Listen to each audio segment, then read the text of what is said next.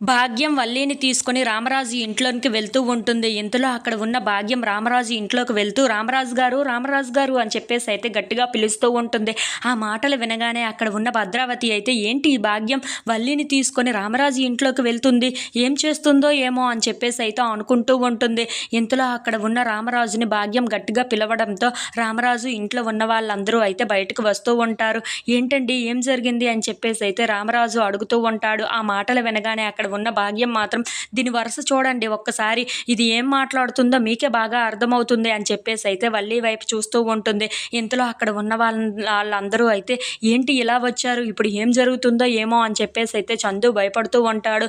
ఇంతలో అక్కడ ఉన్న వల్లి మాత్రం నేను చేసుకుంటే ఆయన్నే పెళ్లి చేసుకుంటాను, ఇంకెవరిని పెళ్లి చేసుకోను, ఆయన నన్ను బాగా చూసుకుంటారన్న నమ్మకం నాకు ఉంది, నేను చేసుకుంటే ఆయన్నే పెళ్లి చేసుకుంటానే తప్ప ఇంకా ఏ మగవాడిని పెళ్లి చేసుకోను అని చెప్పేసి అయితే ఏడుస్తూ చెప్తూ ఉంటుంది.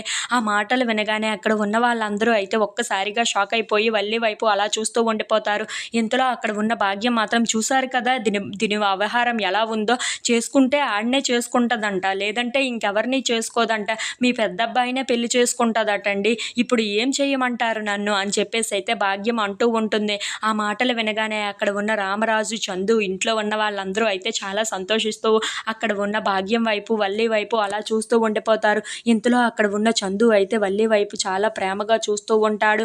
అది చూసిన భాగ్యం మాత్రం చూడు నాయనా, నా కూతురు నిన్ను తప్ప ఇంకెవరిని పెళ్లి చేసుకోదంట, నువ్వే ఎంతో బాగా చూసుకుంటావని నిన్నే పెళ్లి చేసుకుంటుందంట అని చెప్పేసి అయితే అంటూ ఉంటుంది. ఆ మాటలు వినగానే అక్కడ ఉన్న చందు అయితే చాలా సంతోషిస్తూ అక్కడ ఉన్న వల్లి వైపు చూస్తూ ఉండిపోతాడు. ఇంతలో అక్కడ ఉన్న వల్లి మాత్రం అవును, నేను ఆయన్నే పెళ్లి చేసుకుంటాను, ఇంకా ఎవరిని పెళ్లి చేసుకోను అని చెప్పేసి ఏడుస్తూ ముద్దుగా చెప్తూ ఉంటుంది. అది వినగానే అక్కడ ఉన్న వాళ్ళందరూ అయితే చాలా సంతోషిస్తూ ఉంటారు. ఇప్పుడు నన్నేం చేయమంటారు రామరాజు గారు, ఏంటి మమ్మల్ని మా అమ్మాయిని పెళ్లి చేసుకుంటారా, దీని వ్యవహారం బట్టి ఇంకా ఎవరిని పెళ్లి చేసుకోదు మీ బాబును తప్ప అని చెప్పేసి అయితే అంటూ ఉంటుంది. ఆ మాటలు వినగానే అక్కడ ఉన్న వాళ్ళందరూ చాలా సంతోషిస్తూ ఉంటారు.